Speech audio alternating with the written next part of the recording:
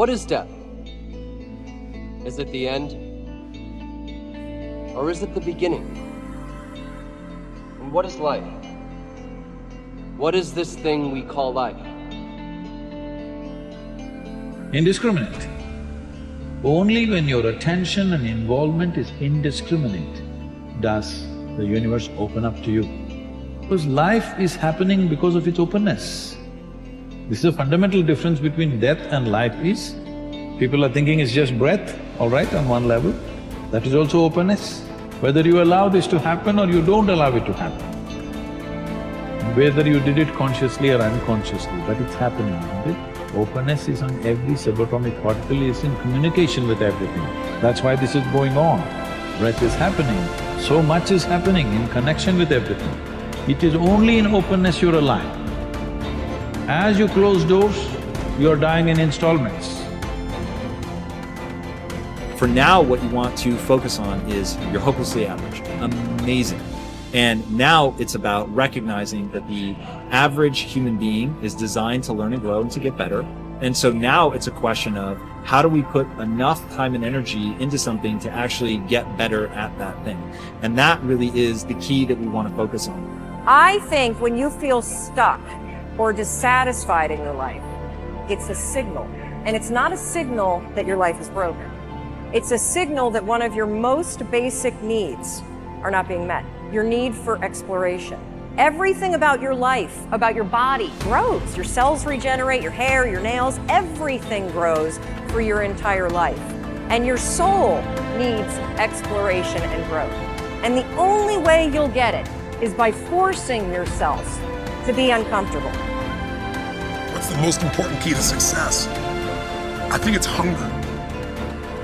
It's not getting satisfied. A hunger that doesn't go, a hunger to learn, a hunger to grow, a hunger to serve, a hunger to give, a hunger to create breakthroughs. Most people are hungry till they make a certain amount of money and then they get comfortable. And there's nothing wrong with that, but it's not about the money. It's not about the business. It's about your growth. Because every one of us either grows or dies. People ask me all the time, what does it take to be happy? I say one word, progress. Progress equals happiness, because achieving a goal feels good for how long? A week, a month, 3 months? And then there needs to be something else. And the reason for something else is because you gotta grow. The only thing that I think people should fear is standing still. So I've often said that running 1,000 miles an hour in the wrong direction is better than standing still. Stop waiting for something to move you and move yourself. Every day, move yourself. In the morning, move yourself. In the afternoon, move yourself. At night, move yourself. Be very intentional and very deliberate about moving yourself. Pleasantness is the choice, isn't it? So why is it so much unpleasantness is happening in human experience? Because we never took charge of the inner dimension. We believe by fixing the outside, everything is going to be okay. In the last 100, 150 years, with the advent of science and modern technology, we have fixed too many things on the outside. If you fix any more, there won't be a planet left. Yes, definitely this has brought much convenience and comfort to our lives. In every way, we are the most comfortable generation ever. Do you agree with me? I know you have series of complaints about how things are not okay, but we are the most comfortable generation ever before on this planet, isn't it so? But we cannot say we are the most joyful generation on the planet. We are the most loving generation on the planet. We are the most blissed out generation on the planet, definitely not. We are complaining like crazy about everything, like never before. This is because we fixed the outside. Comfort and convenience has happened, well-being has not happened. If your interiority was handled by you consciously, you would definitely keep this in a blissful state. So is bliss the goal of life? No. Bliss is a necessary condition for life to flower to its full potential, otherwise it will remain constrained. How to address the larger issues of my life? There are no large issues in your life. What is the large issue that you're talking about? It is just about what job to take, which girl to marry, That about covers it. where to go for vacation, whether to get married or not get married, you know? These are the things, isn't it? These are not large issues, these are all little things in your life. Yes. Oh, is it just a small thing whom I get married to? I'm not saying it's a small thing, but as an issue, it's a small issue, little issue. As a consequence to your life, yes, it has many things. But this is something that human beings have done for millions of years. We have enough experience on these things, isn't it? We know that whatever job we take, whoever we marry, it is just the way we make out of it. Every experience of life, you can make it an enriching experience. Every experience in your life, you can make a curse out of it. See, there is nothing wrong in your job, whatever job you're doing. There's nothing wrong getting this job, there's nothing wrong in losing this job. There's nothing wrong in getting married, there's nothing wrong in getting divorced. There's nothing wrong in not getting married. There is nothing wrong in anything, there's nothing wrong in this or that. But it is just that you make misery out of it, that's wrong. If you do this, you make misery out of it. If you do that, you make misery out of it. That's what is wrong with you. So you got married, is it wrong? That's not the point. There's nothing wrong with it. You did not get married, is it wrong? No, there's nothing wrong with it, that's wonderful too. You got divorced, is it wrong? No, that's also wonderful. It is just that you make misery out of everything, that's what is wrong. You just address that one issue, everything will be settled. The ego, of course, looks for liberation from its unsatisfactory state. The ego knows it knows something is missing, but it always looks in the wrong place. As we've already said, it looks there but never here. So it never goes deep into life, into what is. It ignores the simple reality of the present moment and looks towards the next moment for satisfaction, for that which I can add that will make me complete.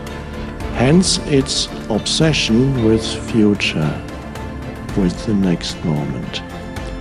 And hence everybody lives that way, almost everybody, as if the next moment were more important than this moment.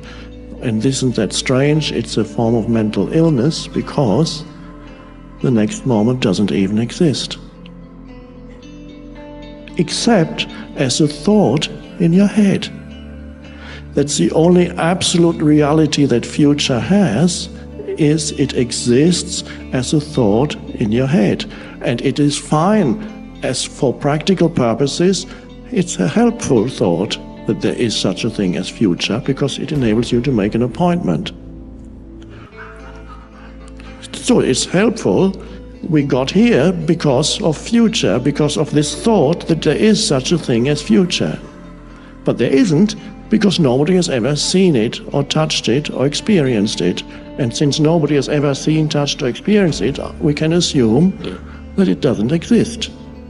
And obviously it doesn't, because when the future comes, it's the now. The next moment comes that you wanted to get to, and finally you get there, and it turns out, oh, it's the now again.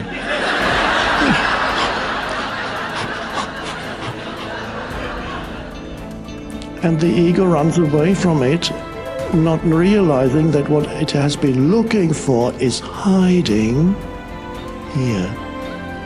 No matter what form this now takes, it is hiding where the conditioned mind, which is the ego, has never really looked. It always made the now, at best, into a means to an end, okay, this now, I need this now because it enables me to get to that more important moment, which is the future. Okay, a stepping stone, best of times. Or the ego had reduced the now to an obstacle. And for some people that is their normal existence. Every day long, every day long, whatever comes into the now, they look at it as an obstacle. Get out of the way. I want to get there. Every person that comes in, no, I want something else. The ego always wants not this. It wants to use this to get there. It wants to use every person that comes into now to get there. So every person the ego meets, okay, are you going to enable me to get to the next more important moment? How can I use you to get where I want to get to? The now is made into an obstacle. Or for the people who are very strongly identified with the egoic mind, they make the now into an enemy. Continuously complaining, it's never enough. They shouldn't, why don't they? This is never. Well, they can go into the most wonderful place, and after 5 minutes they found the one thing that's not working as it should. And they're complaining, yeah, they should do something about it. If not, I'm going to do something about it.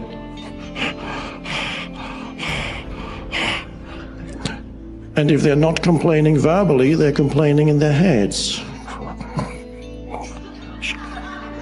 They're complaining about situations, about other people, about what's happening, or complaining that something that should be happening is not happening. This sounds insane, because it is insane. But it is not nothing personal. It is not recognized as insanity because it is fairly normal. And if it's normal, then it's not recognized as an illness. So that is the dysfunctional state of consciousness that is condemned to perpetual discontent.